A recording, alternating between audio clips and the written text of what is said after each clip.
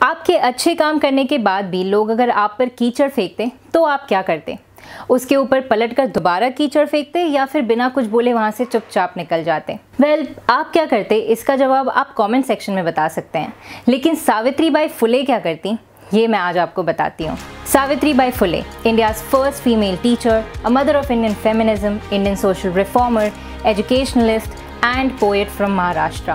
सावित्रीबाई जब 9 साल की थी तब उनकी शादी एक 12 साल के लड़के से करवा दी गई। सावित्रीबाई की शादी तो हो गई, लेकिन सीखने और पढ़ने का जुनून कभी खत्म नहीं हुआ। उनके इस पढ़ने लिखने के जुनून को देखकर उनके हस्बैंड ज्योतिराव ने उन्हें पढ़ना लिखना सिखाया और उन्हें एक टीचर बनाया। टीचर बनने की अपने 2 साल की ट्रेनिंग खत्म करने के बाद फाइनली उनके पढ़ाने का सफ़र शुरू हुआ। लेकिन ये सफ़र इतना आसान नहीं था, क्योंकि ये सब उस ज़माने में हो रहा था जब कुछ लोग लड़कियों के पैदा होते ही उन्हें मार देते थे।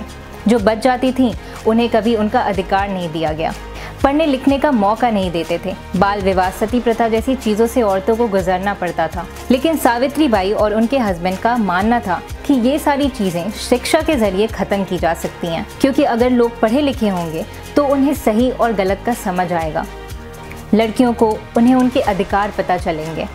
और इसलिए सावित्रीबाई और ज्योतिराव ने पुणे में लड़कियों के लिए एक स्कूल खोला।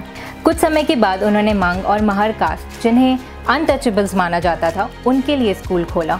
पढ़ाई के साथ साथ सावित्रीबाई ने महिला सेवा मंडल की शुरुआत की ताकि वो औरतों को उनके हक, उनके अधिकार के बारे में बता सकें। लेकिन ये सब कर पाना इतना आसान नहीं था, क्योंकि जब भी सावित्रीबाई स्कूल में पढ़ाने जाया करती थी, गांव के लोग उन पर कीचड़ फेंका करते थे। लेकिन सावित्रीबाई उस कीचड़ को फूल समझकर बिना कुछ बोले वहां से चुपचाप निकल जाती थी। पर इन सारी चीज़ों से सावित्रीबाई को कभी फर्क नहीं पड़ा, क्योंकि उनके लिए सिर्फ एक ही चीज़ मायने रखती थी, और वो थी लोगों को शिक्षा देना।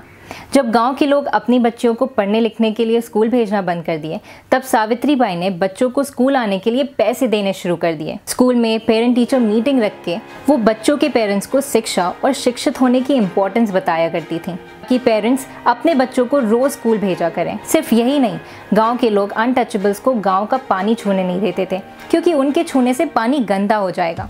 इस बात को देखते हुए अनटचेबिलिटी कास्ट सिस्टम के कस्टम को मिटाने के लिए उन्होंने अपने घर में ही एक कुआं बनाया, जहां से अनटचेबल्स पानी आकर पी सकते थे। उन्होंने बाल हत्या प्रतिबंधक गृह की शुरुआत की, जहां पर विधवा औरतें सुरक्षित रह सकती थीं और कोई भी प्रेग्नेंट विडो सुरक्षित अपने बच्चे को पैदा कर सकती थी।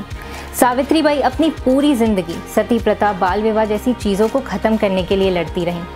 बाल विधवाओं को शिक्षित करने में लगा दिया, और इन सारी चीज़ों की वजह से उन्हें समाज के हमेशा धक्के खाने पड़े। लेकिन वो कहते हैं ना, बड़े से बड़ा बदलाव एक छोटे से सोच से ही तो होता है। 100 की भीड़ में एक अलग सोच रखने वाला ही तो बदलाव लाता है। सावित्रीबाई भी कुछ ऐसी ही थीं। वो बहुत कम उम्र में इस दुनिया को छोड़कर चली गईं, लेकिन उन्होंने जो देश के लिए किया और देश की बेटियों के लिए काम किया है, वो आने वाली हर जनरेशन के लिए एक प्रेरणा है कि कैसे हमें अपने सपनों को पूरा करने के लिए फोकस्ड रहना चाहिए। फिर चाहे दुनिया वाले कीचड़ फेंकें, बुरा भला कहें, हमें बस अपने आप पर भरोसा करके अपने सपनों को पूरा करने के लिए आगे बढ़ते रहना चाहिए।